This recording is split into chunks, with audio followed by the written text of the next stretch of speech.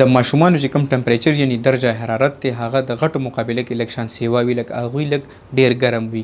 دا ولې؟ ځکه چې د هغوی د مغزو نشونما کېږي، هغوی کې چې دننه کوم میټابالیزم وي، کوم ریاکشنز وي، هغه تیز روان وي، ځکه چې گروث پکې یعنی فاسټ وي، په زر تیزۍ باندې غټېږي. نو په دې وجه باندې اکثر والدین چې کله د ماشومانو په سر باندې لاس کېږي نو دا خو ګرم دی او د ده ګینې تبه ده. نو ډاکټر لیبوزي هغه ته دوایانې ولیکي، هغه دوی چې هغه خوري هغه دوران کې هغوی بیا هم هغه شان د هغه په سر باندې یا تندي باندې چې لاس ږدي نو دا خو اوس هم ګرم دی، بیا ورته بله دوی شروع کړي، وایي د ده تبه نه ټیکېږي. هغوی خاص کر موريانې دا سوچ کوي چې ګینې د ماشوم ټمپریچر دی او تبه یې ده. نو په داسې صورت کې چې تاسو کله داسې شک وي چې ګینې ماشوم ګرم دی نو لږ ډېر ګرم به هغه د غټو مقابله کې څنګه چې ما تاسو ته وویل خامخا وي.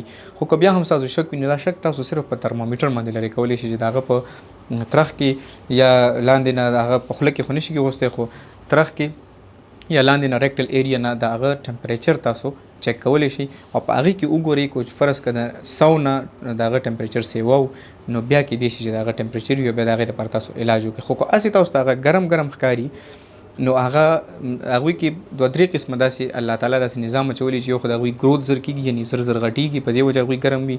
بل د هغوی نظام داسې وي که بهر یخني وي نو هغوی زر ځان ګرمۍ. په دغه صورت کې لکه د هغوی هغه ټمپریچر براون فیټ وغیره داسې وي چې د هغوی ټمپریچر زر سیوا کېږي. نو دا یو نارمل خبره ده، ضروري نه ده چې ګینې د هغه ماشوم د تبه وي چې هغه ګرم وي.